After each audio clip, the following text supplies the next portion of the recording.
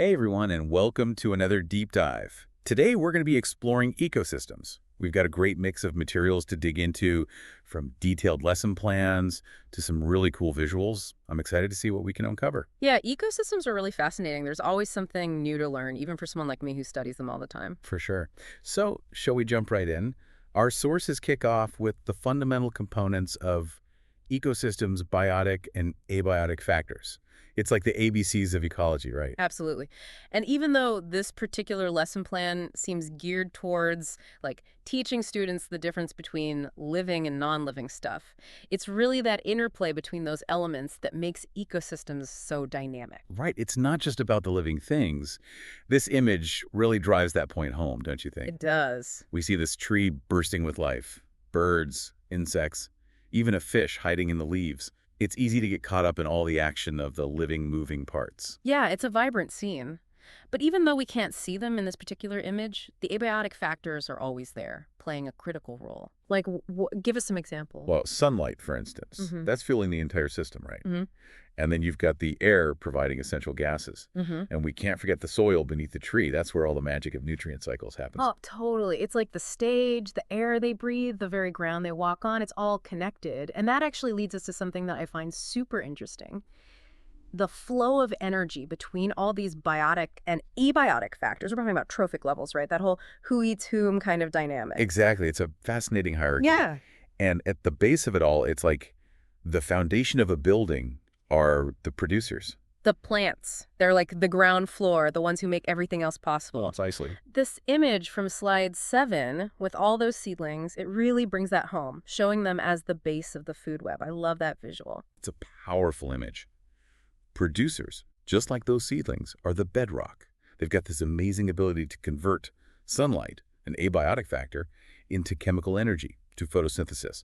That's the engine driving the entire ecosystem. It's remarkable, like tiny little chefs constantly whipping up fresh energy for everyone else. So speaking of eating, what about the consumers? We've got herbivores, carnivores, the whole shebang. They're like the higher floors of our building, right? Exactly. And just like in a building, each level depends on the one below it. Primary consumers are munching on the producers. And then you've got secondary consumers who eat them. It goes on and on. It's Yeah. beautifully illustrated in this picture. See that cow just chilling and grazing? Total primary consumer. Totally. And then there's that incredible shot of the bear snatching a salmon from the river. Talk about a top-tier consumer. That's some National Geographic stuff right there. Amazing, right? Yeah. And we can't forget about those in-betweeners, the secondary consumers, like snakes, owls, foxes. They all play a vital role in keeping that balance in check. It's a delicate dance, that's for sure. But you know what gets me every time? It's the unsung heroes, the ones quietly working behind the scenes. I'm talking about the decomposers. They are the unsung Let's heroes. talk about an important job, right? Absolutely. They don't always get the credit they deserve. I mean, imagine if ecosystems didn't have their own waste management system.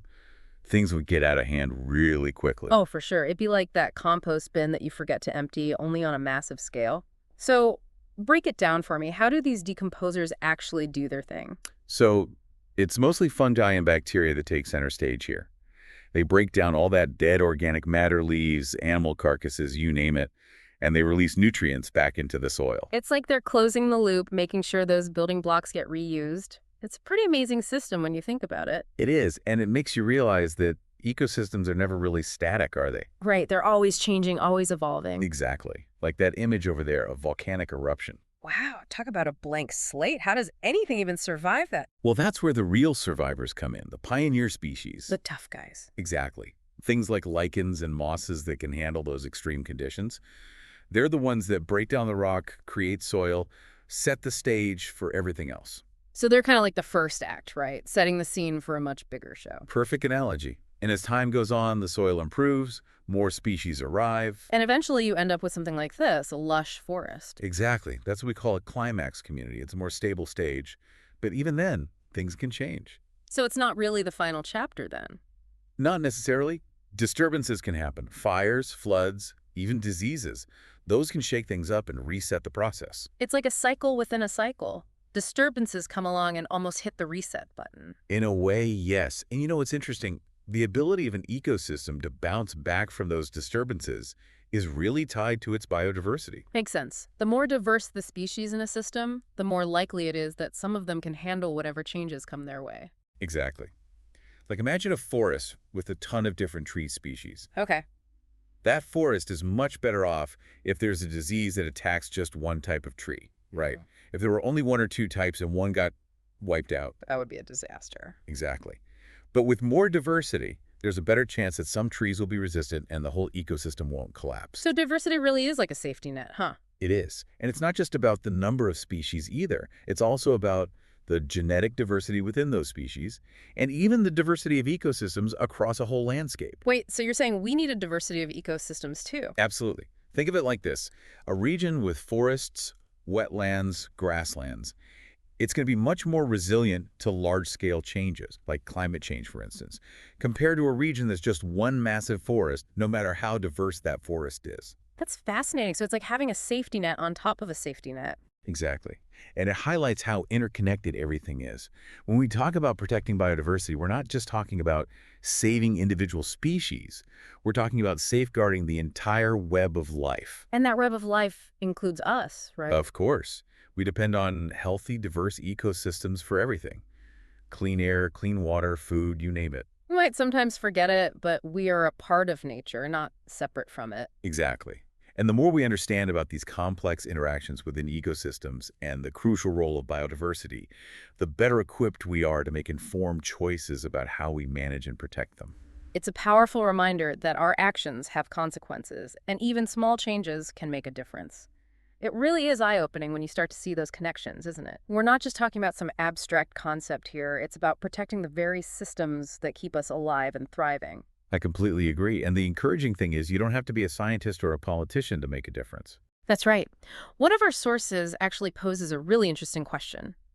What is an example of a food chain in your own local environment? I love that question. It really makes you stop and think, doesn't it? It does. It encourages us to pay attention to the natural world right outside our doors. What's happening in your backyard, in your local park, what kind of birds are at your feeder, what insects are pollinating those flowers. There are so many opportunities to see these connections in action, even in our everyday lives. Exactly. And I think that's where it starts, with that awareness and appreciation for the natural world around us. Absolutely. Because once you have that, it's hard not to feel compelled to protect it. Right? Right. Whether it's planting native species in your yard, cutting back on pesticides, supporting organizations that are doing great conservation work, every little bit helps.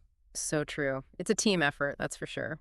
Well, as we wrap up this deep dive, I think it's a good time to recap some of the key takeaways. Sounds good to me. We started with the fundamental building blocks of ecosystems, those biotic and abiotic factors, the living and non-living components that create the stage for life to unfold. We explored the flow of energy through food webs, from those incredible producers, harnessing sunlight, to the consumers, playing their roles in that delicate balance. We talked about those unsung heroes, the decomposers, breaking things down, making those nutrients available again. And we touched on the fascinating process of succession, how ecosystems change and adapt over time. And of course, we dove into the vital importance of biodiversity, not just for the health of those ecosystems themselves, but for our own well-being as well. It's been a really fascinating journey, and I hope our listeners are leaving today with a renewed sense of wonder about the natural world and their place in it. Me too. Thanks for joining us for this deep dive into ecosystems. Until next time, stay curious.